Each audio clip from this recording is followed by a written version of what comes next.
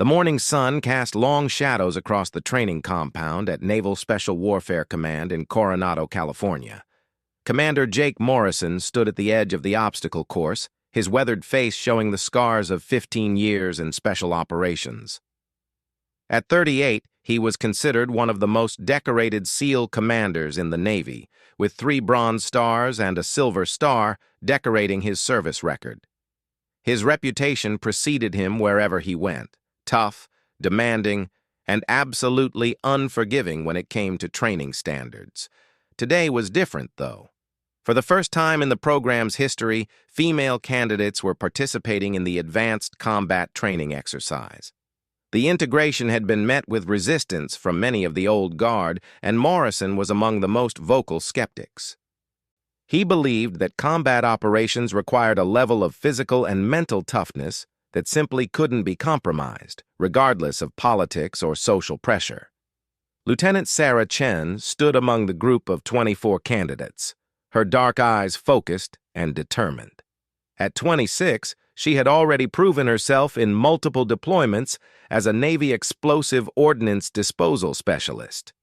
Her small frame, 5 feet 4 inches and 120 pounds, often caused people to underestimate her, but those who knew her understood that she possessed an inner strength that couldn't be measured in pounds or inches.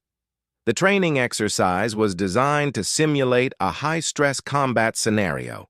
Teams would navigate through a series of obstacles while under simulated enemy fire, requiring split-second decision-making and flawless execution. Morrison had personally designed the course to push candidates to their absolute limits, believing that only through extreme stress could true warriors be forged. As the candidates assembled, Morrison addressed the group with his characteristic bluntness. His voice carried across the compound with military precision, each word carefully measured to convey both authority and challenge. He explained that the exercise would test not just physical capabilities, but mental resilience, team cohesion, and the ability to function under extreme pressure. The first phase involved a 2-mile run through soft sand while carrying full combat gear, weighing 60 pounds. Chen kept pace with the leading group, her breathing controlled despite the burning in her lungs. Several male candidates had already fallen behind, but she maintained her position near the front of the pack. Morrison watched from his observation post, noting her performance, but showing no outward sign of approval. Following the run, candidates faced the rope climb, a 40-foot ascent up a thick manila rope using only their hands and core strength. Chen approached the rope with confidence, her years of rock climbing and gymnastics training evident in her fluid movements. She scaled the rope efficiently, reaching the top in under 30 seconds, a time that impressed even the most seasoned instructors. The obstacle course continued with a series of increasingly challenging elements. Candidates crawled under barbed wire through mud pits, scaled walls, and navigated rope bridges, while instructors fired blank rounds overhead to simulate combat conditions. Chen moved through each obstacle with determination, never complaining, despite cuts on her arms from the wire and mud covering her uniform. Morrison observed her progress with growing interest, though his expression remained stern. He had seen countless candidates attempt these challenges, and while Chen was performing well, he remained convinced that the real test would come when physical exhaustion met mental pressure. In his experience, that was when true character revealed itself. The morning exercises concluded with a combat simulation where candidates had to work in teams to complete objectives while under simulated enemy fire. Chen was assigned to a team with 3 male candidates, including Petty Officer Mike Rodriguez, a former Marine who had initially expressed doubts about training alongside women. As her team approached their objective, a simulated building-clearing exercise, Chen demonstrated tactical awareness that surprised even Morrison.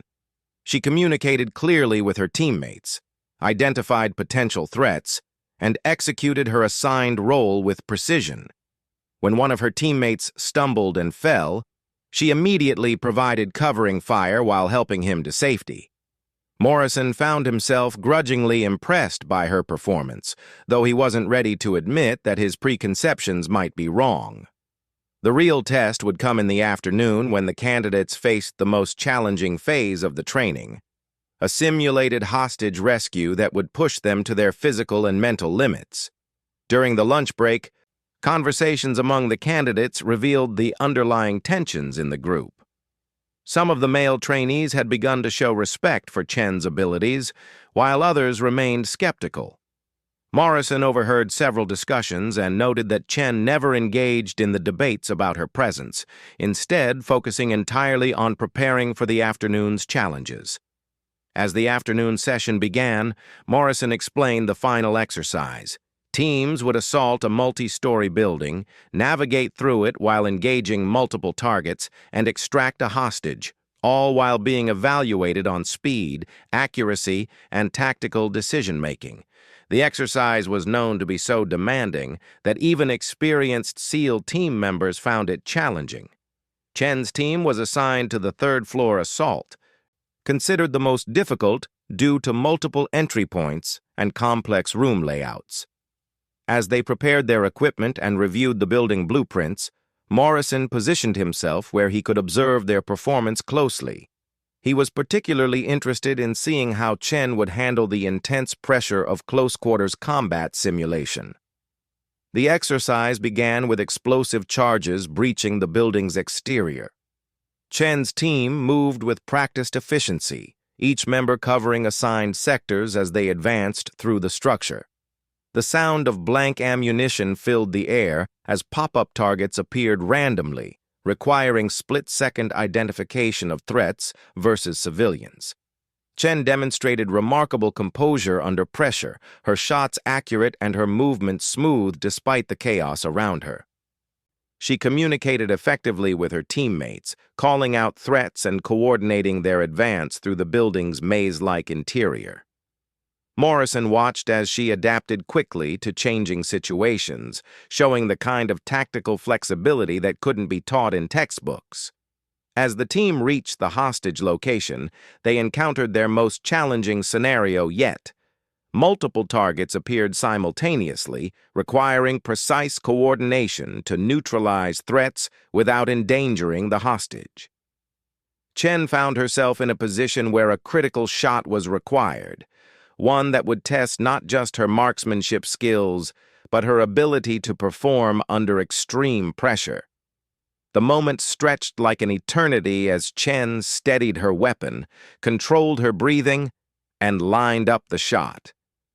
Morrison watched intently, knowing that this moment would either validate or destroy his assumptions about her capabilities. The sound of her rifle echoed through the building as she took the shot, and in that instant, everything changed. The afternoon training session continued with increasing intensity, but something had shifted in the dynamic between Morrison and the candidates. Chen's performance had begun to challenge his deeply held beliefs about combat effectiveness and gender integration. However, he wasn't prepared to acknowledge this change openly, maintaining his stern demeanor while internally grappling with what he had witnessed. As the sun began to set over the training compound, the candidates prepared for the final phase of the day's exercises. Little did they know that the real test was yet to come, and that the events of the next few hours would forever change how they viewed themselves and each other.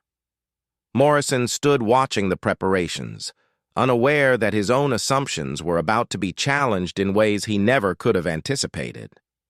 The evening training session was scheduled to be the most grueling test yet, a 24-hour endurance challenge that would push every candidate beyond their perceived limits.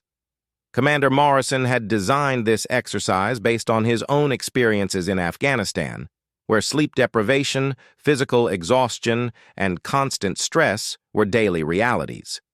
He believed that only through experiencing such conditions could candidates truly understand what it meant to be a special operator. As darkness fell over the compound, the candidates assembled for their briefing. Morrison explained that they would be divided into small teams and given a series of objectives to complete throughout the night. Each task would require different skills: navigation, marksmanship, physical endurance, and tactical planning. The teams would be constantly moved between locations, preventing any opportunity for meaningful rest. Lieutenant Chen found herself paired with Petty Officer Rodriguez and two other candidates for the night exercises. Despite their earlier skepticism, her teammates had begun to respect her abilities after witnessing her performance during the day. Rodriguez, in particular, had started to see her as a valuable team member rather than a potential liability. The first objective required the teams to navigate 15 miles through rough terrain using only map and compass, while carrying heavy packs and equipment. The route deliberately led through swamps, dense forest, and steep hills designed to test both physical endurance and navigation skills. Morrison and his instructors followed in vehicles, observing the team's progress and noting how they handled the mounting fatigue. Chen proved to be an excellent navigator, her attention to detail and methodical approach keeping her team on course while several other groups became lost in the darkness. Her small size actually proved advantageous in the dense underbrush, allowing her to move more efficiently than her larger teammates. When Rodriguez began to struggle with the weight of his pack, she quietly redistributed some of his equipment among the team without making him feel diminished. After 8 hours of continuous movement, the teams reached a checkpoint where they faced their next challenge, a complex shooting exercise that required precision marksmanship while physically exhausted. Morrison watched as candidate after candidate struggled to maintain accuracy with trembling hands and blurred vision from fatigue.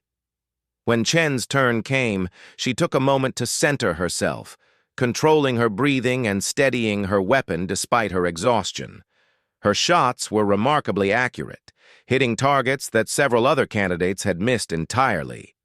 Morrison found himself grudgingly impressed once again, though he attributed her performance to luck rather than skill. In his mind, the real test would come when she faced direct physical confrontation or had to carry wounded teammates, scenarios he believed would expose the fundamental differences between male and female capabilities. The night exercises continued with a series of increasingly difficult challenges. Teams had to carry heavy equipment across water obstacles, climb ropes while wearing full gear, and complete tactical problems with no sleep and minimal food. Chen continued to perform well, but Morrison noticed that she was beginning to show signs of fatigue like everyone else. He decided it was time to implement the most challenging part of his training regimen. As dawn approached, Morrison announced that the teams would face a final exercise, a combat simulation that would require hand-to-hand combat skills in addition to tactical movement. He had designed this scenario specifically to test the candidate's ability to function when weapons weren't available, believing that physical combat was where gender differences would become most apparent. The exercise took place in a specially designed training facility that simulated an urban environment. Teams had to move through the structure, neutralize opponents using non-lethal combat techniques, and extract intelligence while avoiding detection. Morrison positioned himself as one of the opposing forces, intending to personally test Chen's abilities in close combat. As Chen's team entered the facility, they moved with the stealth and coordination they had developed throughout their training. Despite nearly 20 hours of continuous exercise, they maintained tactical discipline and effective communication. Chen took point position, her smaller size allowing her to move more quietly through the narrow corridors. The team successfully negotiated several challenges, neutralizing opponents and gathering intelligence with impressive efficiency. Morrison watched their progress, waiting for the moment when he could engage Chen directly. He was confident that when faced with his superior size and strength, she would finally demonstrate the limitations he believed were inherent in female candidates. The moment came when Chen's team entered a large room where Morrison waited in concealment. As the team advanced, he emerged from hiding and engaged Rodriguez in combat, quickly neutralizing him with superior technique. The other team members were simultaneously engaged by other instructors, leaving Chen to face Morrison alone. Morrison approached the confrontation with confidence, expecting to quickly demonstrate his point about physical differences. Chen, however, had no intention of making it easy for him. Years of martial arts training had taught her that technique and speed could often overcome raw strength, and she was about to put that theory to the test against one of the Navy's most experienced commanders. The confrontation began with Morrison attempting to use his size advantage to overwhelm Chen quickly. He reached for her, intending to demonstrate a simple takedown that would end the exercise decisively. Chen, however, moved with surprising speed and precision, using his momentum against him and avoiding his initial attack entirely. Morrison was momentarily surprised by her evasive skills, but quickly adjusted his approach. He had extensive hand-to-hand combat experience and wasn't about to be deterred by one defensive move. As he pressed his attack, Chen continued to use mobility and technique to avoid his attempts to grapple with her, landing several quick strikes to pressure points that caused him genuine discomfort. The exchange continued for several minutes, with Morrison growing increasingly frustrated by his inability to quickly subdue Chen. His initial confidence began to waver as she demonstrated skills and tactics he hadn't expected. Her training in multiple martial arts disciplines allowed her to adapt to his attacks and counter with techniques that neutralized his size advantage. Other candidates and instructors began to notice the extended confrontation, gathering to watch as their respected commander found himself in an unexpectedly challenging situation. Morrison realized that what was supposed to be a quick demonstration was becoming a public test of his own abilities against a candidate he had consistently underestimated. Chen maintained her focus throughout the exchange, never allowing Morrison's reputation or rank to intimidate her. She had trained for years to overcome larger opponents and knew that hesitation would be fatal. As Morrison became more aggressive in his attacks, she remained calm and methodical, looking for the opportunity to end the confrontation decisively. The moment came when Morrison overextended himself during an attempted grappling move. Chen recognized the opening immediately and executed a perfect joint lock that sent Morrison to the ground in a position where continued resistance would result in injury. For a moment, the training facility was completely silent as everyone processed what they had just witnessed. Morrison found himself on the ground, controlled by a technique that left him with no viable options for escape or counterattack. Chen maintained the hold just long enough to demonstrate complete control, then released him and stepped back, offering her hand to help him up. Her expression remained respectful and professional, showing no sign of triumph or satisfaction at having bested her commander. The silence in the room was broken by the sound of Morrison getting to his feet, his face showing a mixture of surprise, respect, and something approaching humility. The exercise continued, but something fundamental had changed in the dynamic between Morrison and his candidates. The demonstration he had intended to prove his point had instead challenged everything he thought he knew about combat effectiveness and capability. As the morning exercises concluded, Morrison found himself facing a crisis of understanding that would force him to reconsider not just his opinions about female integration, but his entire approach to leadership and training. The events of the past 24 hours had shown him that his assumptions might be not just wrong, but dangerously limiting to the effectiveness of his own command.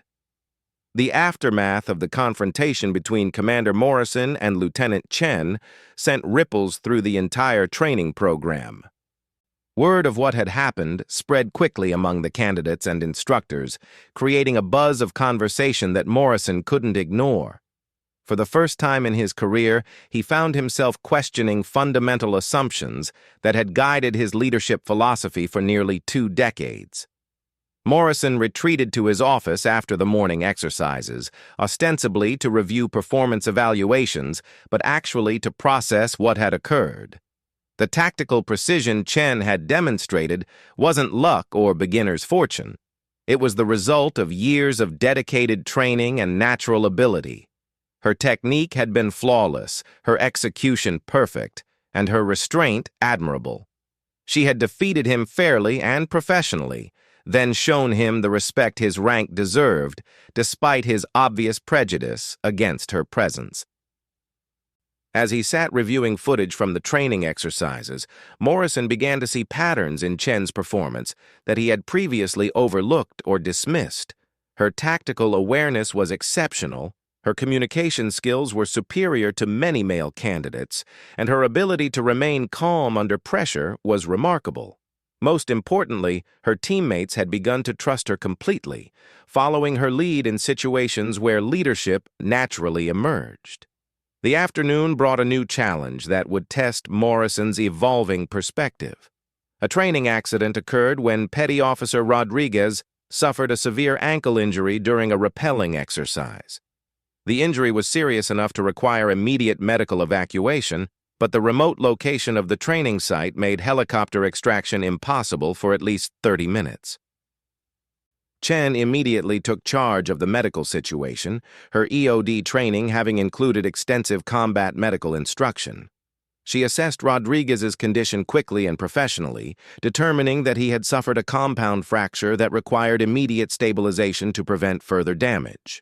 Despite his earlier skepticism about female capabilities, Rodriguez found himself grateful for Chen's calm competence as she worked to stabilize his injury. Morrison watched as Chen organized the other candidates to assist with the medical emergency. She delegated tasks efficiently, communicated clearly with the medical evacuation team via radio, and maintained Rodriguez's spirits through what was obviously an extremely painful experience. Her performance under genuine pressure impressed Morrison even more than her previous displays of tactical skill. While waiting for the evacuation helicopter, Chen continued to monitor Rodriguez's condition and coordinate with the medical team. Morrison found himself acknowledging that her medical skills were superior to his own, despite his years of combat experience. When the helicopter finally arrived, Chen provided the medical team with a thorough briefing that allowed them to continue treatment seamlessly. The incident forced Morrison to confront an uncomfortable truth. His prejudices had prevented him from recognizing exceptional talent that could benefit his entire command. Chen possessed skills and qualities that made her not just a capable candidate, but a potential leader who could enhance the effectiveness of any unit she joined. That evening, Morrison requested a private meeting with Chen. The conversation was initially awkward, as both of them struggled to navigate the new dynamic created by their earlier confrontation and the day's medical emergency. Morrison began by acknowledging her exceptional performance throughout the training program, something he had never done before for any female candidate. Chen responded with characteristic professionalism, thanking him for the recognition while making it clear that she expected to be evaluated by the same standards as her male counterparts. She wasn't seeking special treatment or consideration. She wanted only the opportunity to prove herself capable of meeting whatever standards were required for special operations. During their conversation, Morrison learned more about Chen's background and motivations. Her father had been a Navy corpsman who died in Afghanistan when she was 16, inspiring her to pursue military service as a way to honor his memory. Her EOD training had taken her through some of the most dangerous assignments in the Middle East, where she had repeatedly demonstrated courage under fire and technical expertise that saved countless lives. Morrison also discovered that Chen had volunteered for the Special Operations Training Program not to prove a political point about gender integration, but because she genuinely believed she could contribute to mission effectiveness. Her goal was to use her unique skills and perspective to enhance team capabilities, particularly in situations where cultural sensitivity or different tactical approaches might be advantageous. As their conversation continued, Morrison found himself sharing his own experiences and concerns about the changing nature of military service. He admitted that his resistance to female integration had been based partly on fear that standards might be lowered, that unit cohesion might be compromised, or that political considerations might override military effectiveness. Chen listened respectfully to his concerns, then offered her perspective on how gender integration could actually enhance, rather than compromise, military effectiveness. She pointed out that modern special operations often required skills and capabilities that weren't necessarily related to physical strength, such as language abilities, cultural understanding, technical expertise, and the ability to operate in environments where male operators might be conspicuous. The conversation marked a turning point in Morrison's thinking, though he wasn't yet ready to completely abandon his previous beliefs. Over the following days, he began to observe the training program with new eyes, looking for evidence that would either support or refute Chen's arguments about the value of diversity in special operations. What he found was compelling. Chen's presence had actually improved the performance of her male teammates, who had been forced to rely more on technique and tactics, rather than simply overpowering opponents.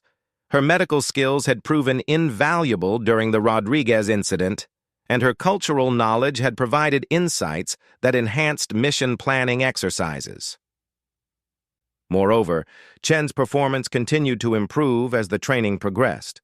She mastered advanced weapons systems, excelled in paratrooper training, and demonstrated underwater capabilities that rivaled those of experienced SEAL operators. Most importantly, she had earned the complete respect of her fellow candidates, who now viewed her as an integral team member rather than an outsider. The final evaluation exercises took place 3 weeks later, designed to test everything the candidates had learned during their intensive training program. Morrison watched as Chen led her team through a complex mission scenario that required all the skills they had developed: tactical movement, marksmanship, medical expertise, and leadership under pressure. Chen's team performed flawlessly, completing their objectives with a precision that impressed even the most experienced instructors. When faced with unexpected complications during the mission, she adapted quickly and effectively, demonstrating the kind of tactical flexibility that distinguished exceptional operators from merely competent ones. During the closing ceremony for the training program, Morrison addressed the candidates publicly for the first time since the integration had begun. His speech acknowledged the exceptional performance of all the graduates, but he made special note of how the program had challenged and improved his own understanding of military effectiveness. Without directly referencing their earlier confrontation, Morrison praised Chen's contributions to the program and her potential for future service in special operations. His endorsement carried significant weight within the special operations community, effectively opening doors that might otherwise have remained closed to female candidates. Chen graduated at the top of her class, earning the respect of her instructors and the admiration of her fellow candidates. More importantly, she had fundamentally changed the perspective of one of the Navy's most influential special operations commanders, creating ripple effects that would benefit future generations of military personnel. Morrison's transformation wasn't complete. Years of ingrained thinking couldn't be changed overnight. However, the events of the training program had forced him to confront his prejudices and acknowledge that his assumptions about capability and effectiveness had been both wrong and counterproductive. Chen had proven that excellence comes in many forms, and that true military effectiveness requires recognizing and utilizing talent wherever it exists. The program concluded with Morrison privately thanking Chen for what she had taught him about leadership, capability, and the danger of prejudgment. Her response was characteristically professional and focused on the future rather than the past. She looked forward to contributing to special operations missions and proving that her success in training would translate to operational effectiveness. As the candidates departed for their new assignments, Morrison began implementing changes to his training programs that would better identify and develop talent regardless of gender.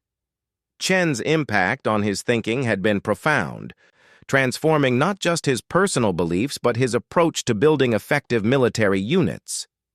The young lieutenant had struck back against prejudice not with anger or confrontation, but with competence, professionalism, and undeniable excellence that could not be ignored or dismissed.